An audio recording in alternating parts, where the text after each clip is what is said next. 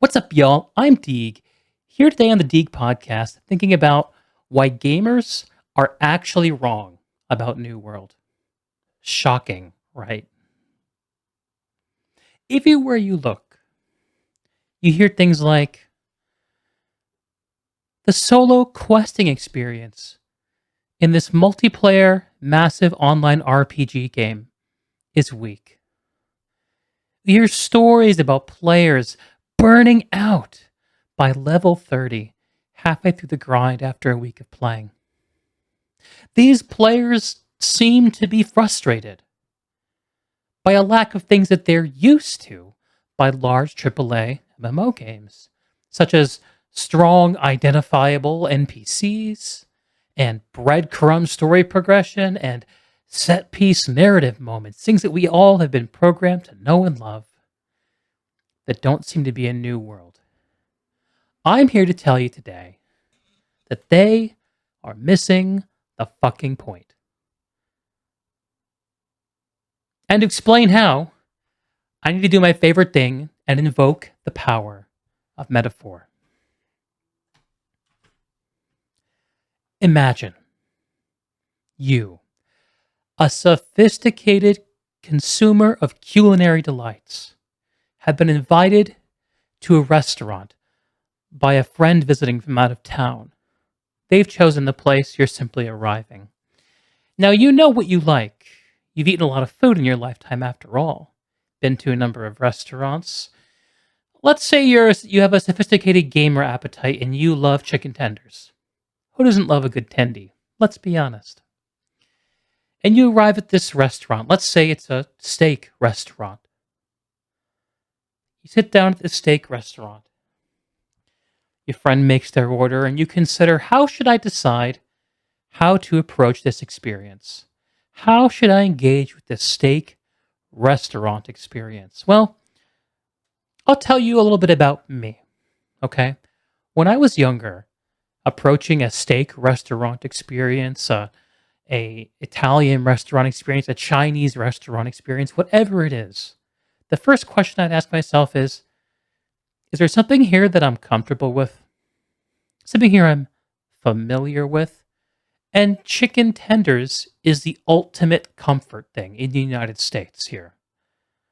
I don't know why, but it seems to be the de facto food choice for children who become adults and don't change their food choices along the way. And as much as I'm making fun of them, I love them too, right? It's hard to knock a good chicken tender. But at the same time, people understand that ordering chicken tenders at a steak restaurant is somehow a miss. Why is that? Well, it's because you're not at a chicken tender restaurant, you're at a steak restaurant. And whether you chose the place or not, you chose to arrive, and you have the choice of how to engage when you do arrive. So what I've learned over the years, after eating many chicken tenders, is when I approach a restaurant like the beautiful one pictured here, not to ask myself, what am I comfortable with, but to ask rather, what is this experience designed to do? How can I get the best out of what's in front of me? I open myself to the possibility of something that I don't yet know and that I'm not yet comfortable with. I mean, I love steak, so steak is not a huge risk for me. In a sense, it's a safe metaphor for yours truly. A more risky one would be like, perhaps, I don't even know. I can't think of anything off the top of my head. I suppose if I could, I'd be comfortable with it. But hopefully this metaphor makes sense. And hopefully my explaining that approaching a video game that is a steak restaurant and ordering tenders would create some negative, disappointing outcomes.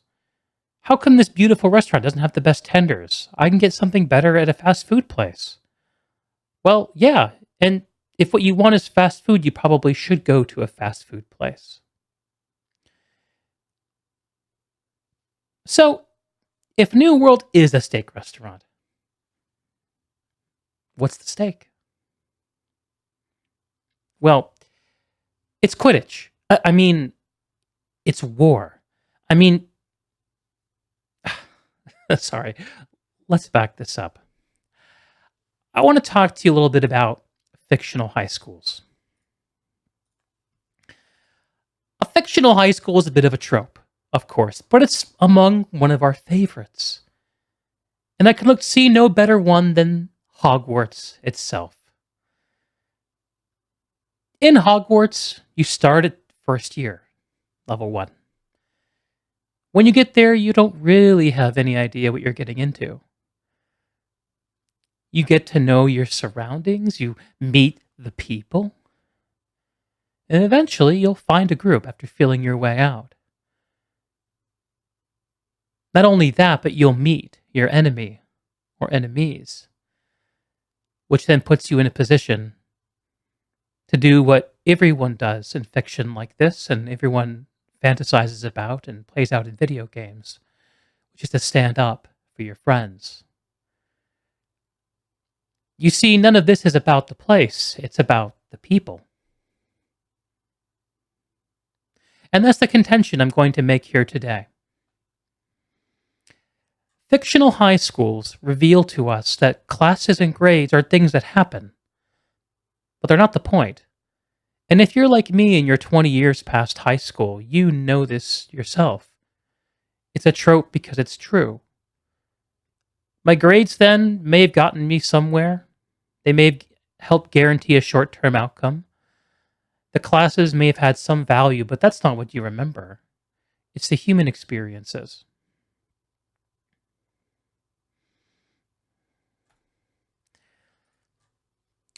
And as long as we're talking about Hogwarts, if you are a Harry Potter fan, one of the things that you probably know about yourself is what's your house. Are you a Gryffindor? Are you representing bravery, daring, nerve, and chivalry? An emblem of the lion, colors scarlet and gold? Once upon a time, I saw myself this way. I think a lot of us would like to see ourselves this way.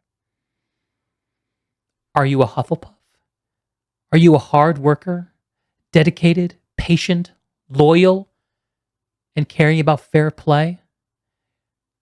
With the emblem of the badger, the hard-working badger, colors of yellow and black. Or are you a Ravenclaw?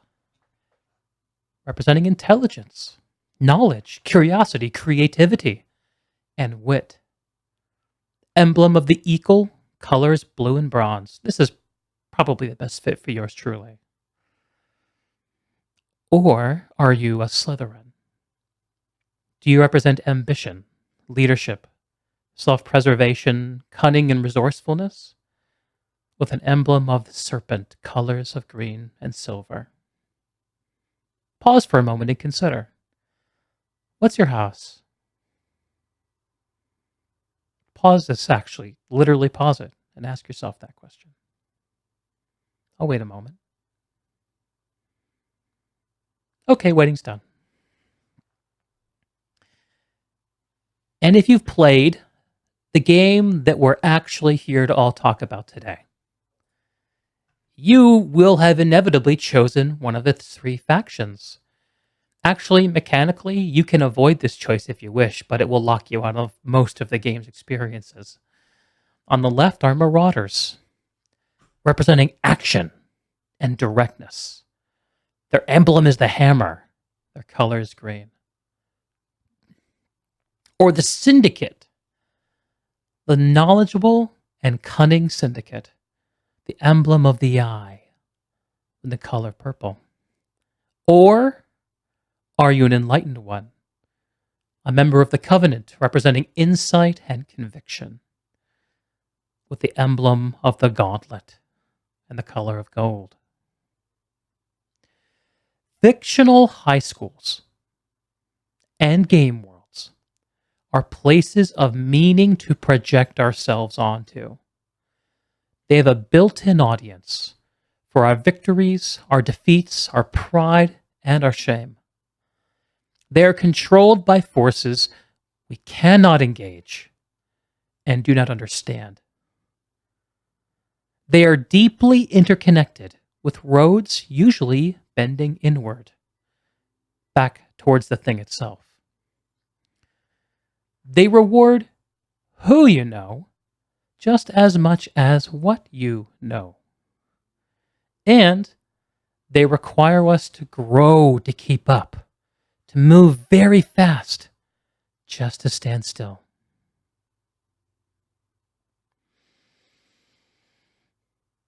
Fictional high schools and game worlds are places of conflicts and big moments. In Harry Potter, we have Quidditch. And in New World, we have war. Get in positions. Tanks up front. DPS in mid. Healers in back. Healers are not on siege weapons, right? Right. No. They are just constantly spamming AoEs. Only Check this shit have out, man. siege weapons. Okay, we got it. This is nuts. 10 seconds, boys. Here we go, guys. Check out my editing skills right here.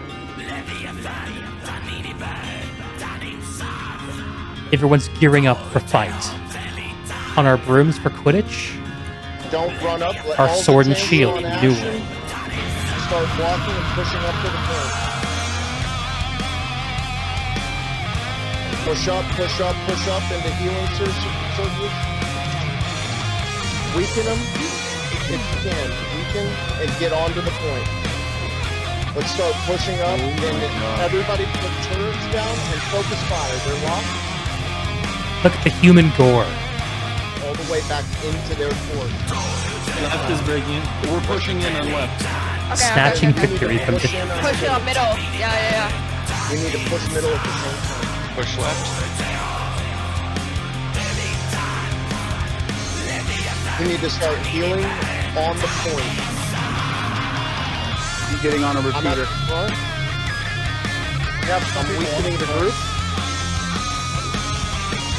Our Got group you needs guys. to come around We're the pushing right on left. side. We're pushing them. We're getting go Get with up everything you guys go. do.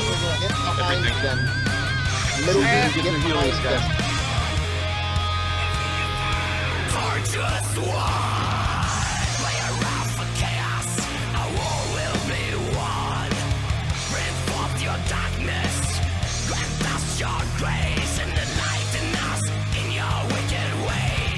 We are on the point. Get on the left side. We're on it. Yep, you're on it. Just stay on it, guys. That's not well. We're all the way to the middle already. Let's go.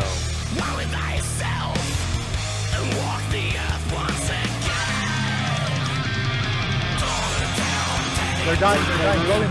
Yeah, go everyone. Get on it, guys. Get on him. Taste victory. We're on it. We got Get it. him, Brian. On it. Get him, boys. Kill that guy. There we go.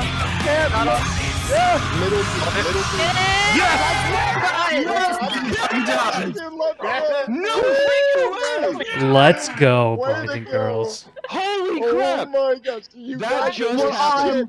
fucking talking about, Yeah, boys. right. Let's This go, recorded. boys. Holy crap! Yeah, dude. Onion Mute Knights this for the Discord. win. Onion Knights are If you're playing New World by yourself, you may be doing it wrong. Trade, taxation, territory, all of it is completely people-driven. They are 100% social systems that you will never engage with if you're trying to find a set-piece quest. And if you choose to do so, if you take the time to see not the NPCs of Aeternum, but the people that are there, you can find some beautiful human moments. I've picked out a few from my mere 2 weeks of being in the live game. Here are just a few that I'm going to call out. Actually, this guy is from the beta. Lord Soggy Baggins. Baggins, if you're out there, shout out at me. We played on the beta realm together, and you were my very first open world PvP encounter. Very first, I think.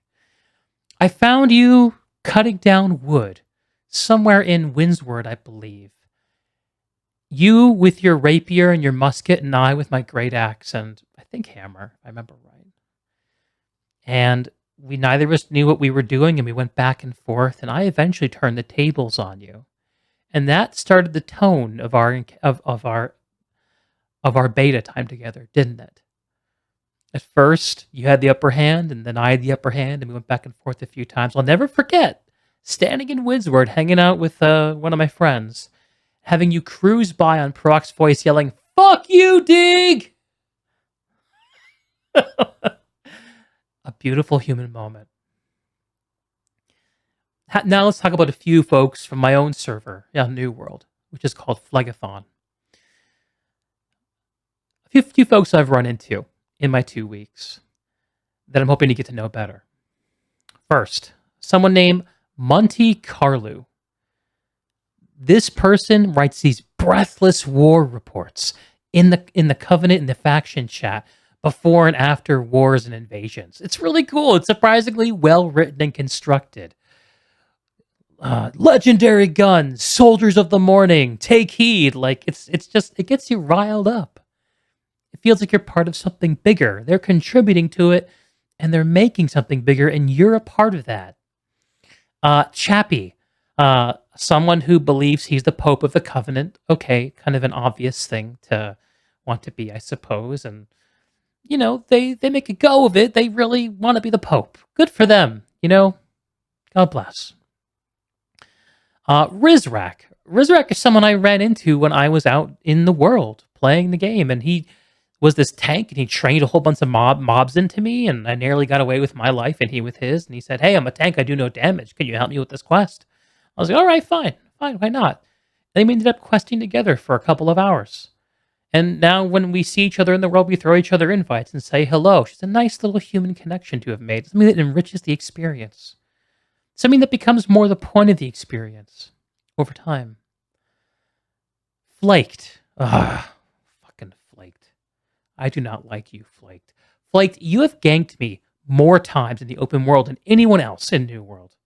You're a filthy, green, fucking marauder. And I cannot wait to get to level 16 steamroll you. But you usually have friends.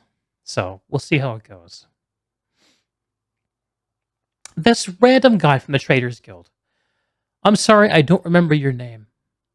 But you were barking in Covenant chat, offering armor and weapons to those who supported the Covenant in war. To those fighting the territory fight to make the map gold. And I accepted. I'm a soldier.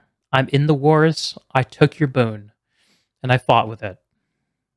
First off, very cool thing to have a niche where someone can just engage with the crafting system of the game. But this person wasn't engaging with the crafting system, the crafting and armor and gathering and all this amazing stuff that's built into this game that other people will do a better job of explaining to you than I will.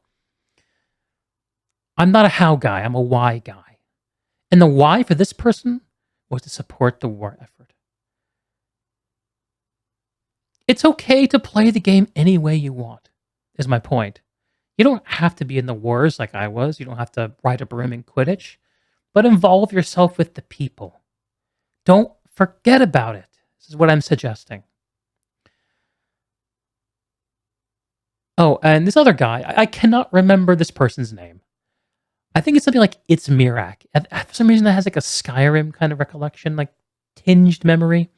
This is a syndicate healer that I ran out into the world when I was questing with Rizrak.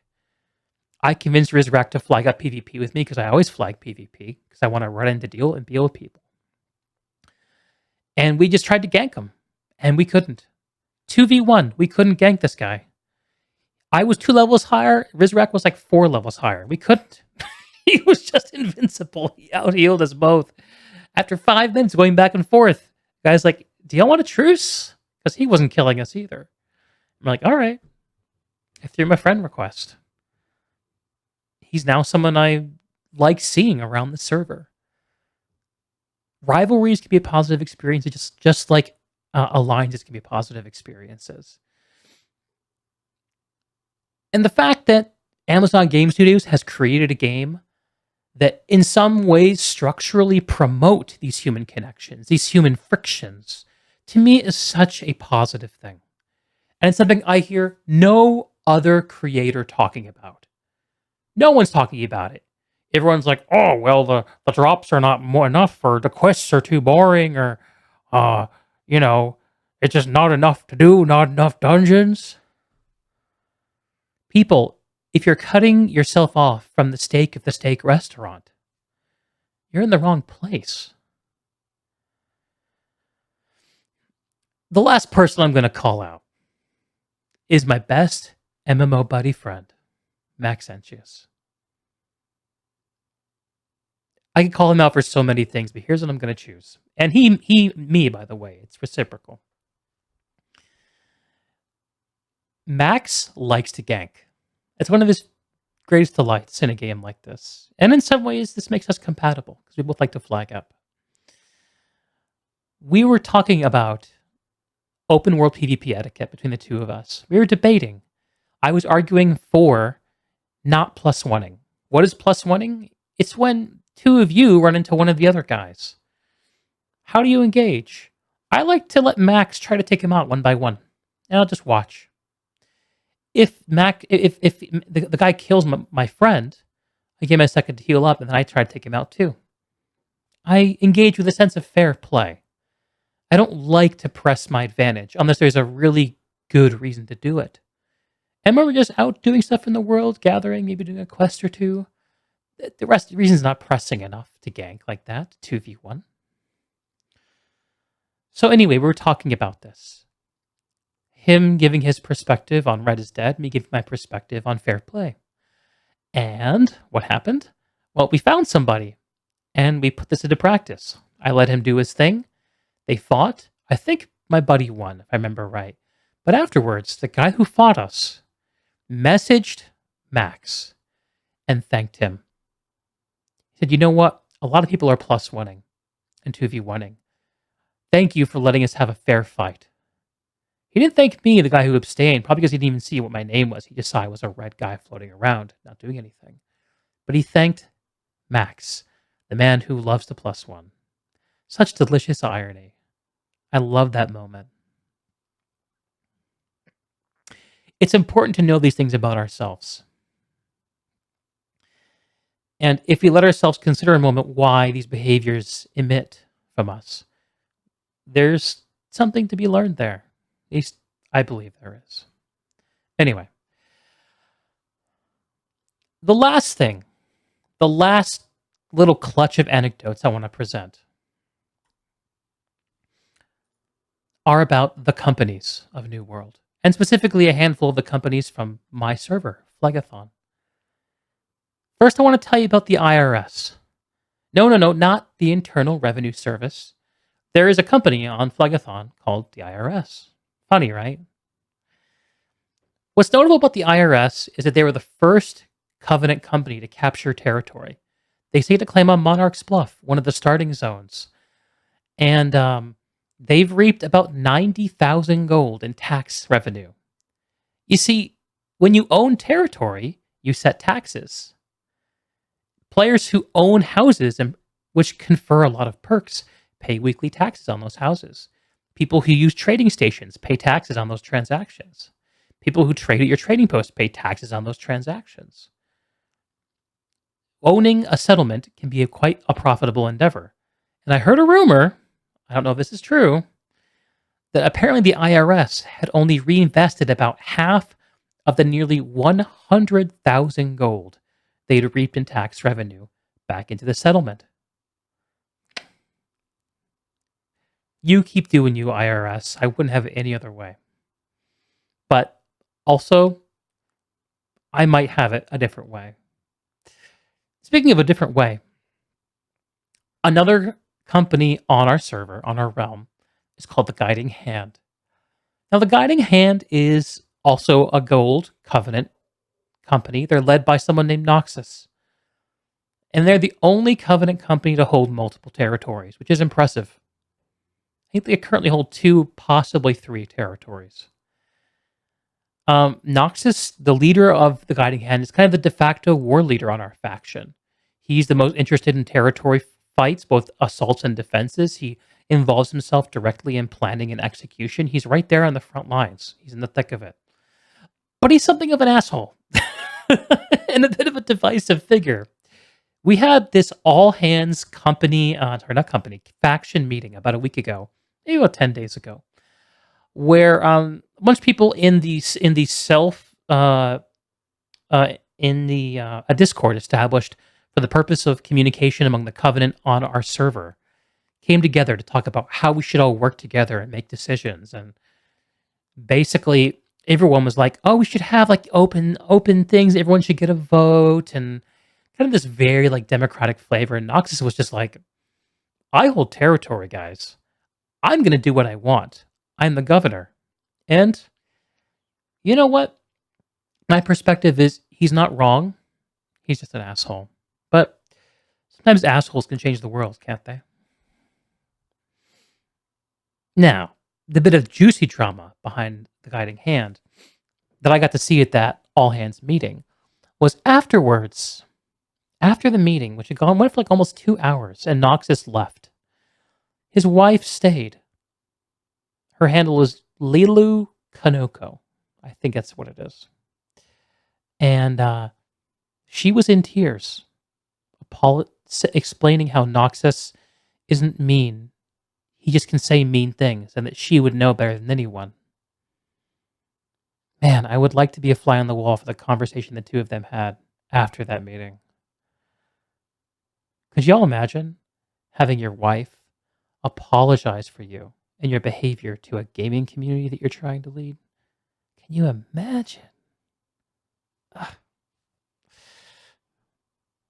So, on a somewhat less controversial note, the Green Horde of Phlegathon are undeniably the sons of Sparta.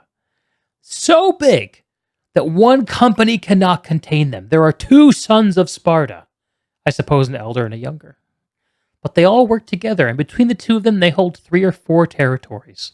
The Marauders, the Green Horde, are the most populated faction on the realm of Phlegathon. They are the juggernaut that we face. And every time we go to war with them, it's a bunch of high-level players, level 60 players, against a bunch of people who are still leveling up. It's quite ferocious. And it creates quite an interesting narrative internally. They are a fun faction to fight, although a tad faceless. Another company is called Synonym. Or I should say, was called Synonym. Synonym was one of the only syndicate companies, the Purple Faction, to hold territory on Phlegathon. But something went wrong. You see, they were in a war, fighting over their territory, and it went badly. And in the middle of the war, the person who owned the Discord for that company deleted it. The Discord that the entire company was leaning on for communication and coordination just deleted it. The war fell apart. They were in shambles. They were sent running. But the thing is, they still held territory after that. I don't know all the details. I might be wrong in some of this. And if I am, and if you know, please tell me. But it's so juicy, I just couldn't leave it out. And then eventually another contender decided to try to fight Synonym for the hold they had left, the last territory they had. And the entire syndicate got together and said, fine, have it. They didn't fight over it. Really interesting. And why? Because they wanted that company to fail so badly that rather than do what's the easiest thing to do, which is just to have random people enlist and support, if you're on the same faction, it doesn't matter if your company is the defending or attacking company. You can take part in any war that your color is involved in.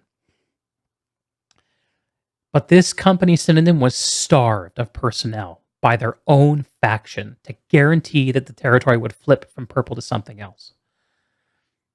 And now the syndicate on our server is just, I don't know. I still see people with purple nameplates, but they hold no territory. I hope that changes. There's some wars coming up, and I hope Purple Boys are successful in one of them. All of this, I suppose you could choose to see it as human gore. Like Agent Smith in The Matrix, you could see all this as just some kind of a terrible virus. But I don't. And in fact, a friend of mine, after that meeting, that city council meeting that we had, decided that we were going to try to make our own mark and create our own company. I'd been watching some baseball lately, so we called it Strike 3. And we recruited our first member over the weekend. That's not us. Very exciting. I hope to recruit a couple more by the end of next week. It's slow going when you aren't just inviting random people, and even if you are, it can be. But we're trying to make our mark. We decided that we're going to create a company around boomer values, respecting other people's time, clear communication, and maybe a modicum of respect, but we'll see. We're going to give it a go. We're making ourselves part of the human mosaic of Phlegathon, because that's what's good about New World. All these people I just described to you, all these companies, all this drama, it reminds me a lot of the breathless stories you hear about EVE Online, doesn't it? The stories of factions winning and losing, and wealth being generated and lost, and terrible destruction and creation. But you know the truth about these people is, they don't give a fuck about quests. None of them feel burned out at level 30 because they're not looking at levels. They're playing for each other. The point is actually the people. And I would suggest you don't sleep on it. That's why gamers are wrong about New World.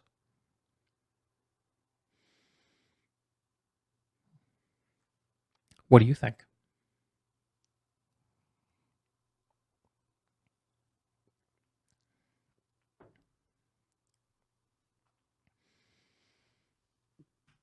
Okay, this is a podcast, so let's have a little bit of structure. News and notes. I'll be honest, I've been very busy lately.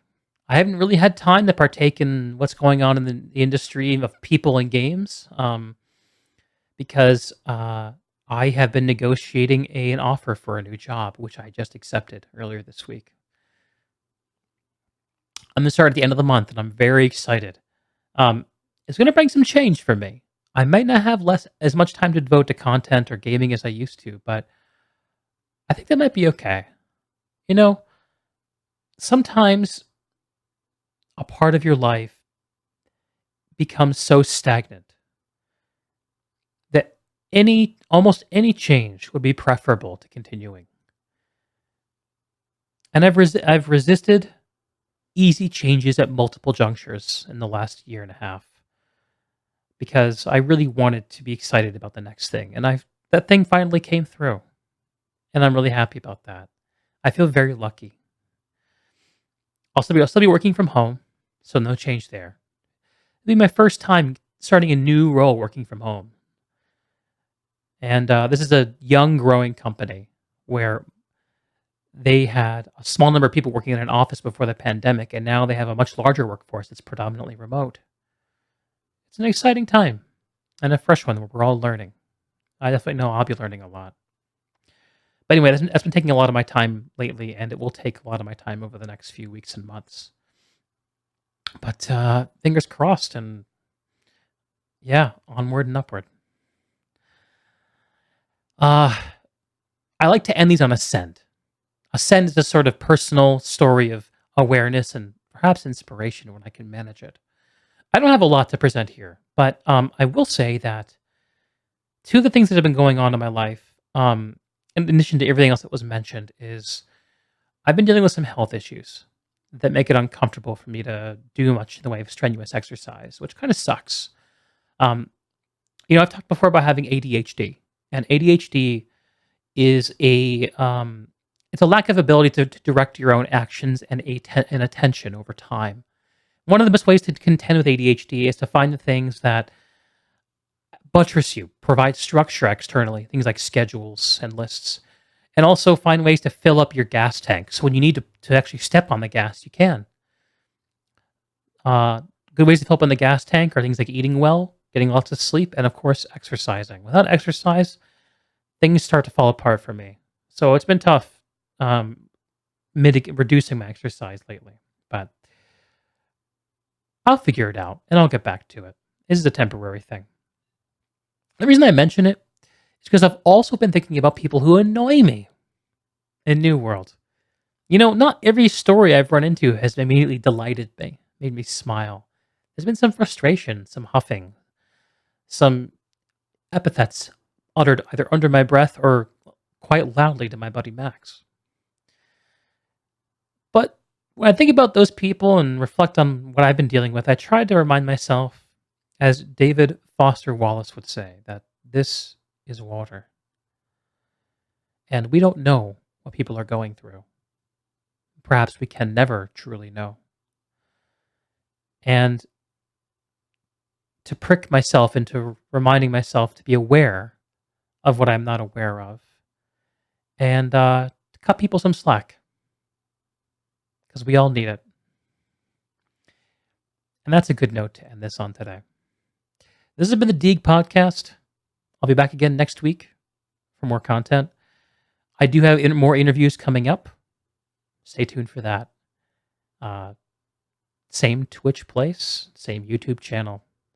Also find me on Discord and Twitter and Patreon. Links will be below this, anywhere you find it. I love y'all, and I'll catch you next time. Good night.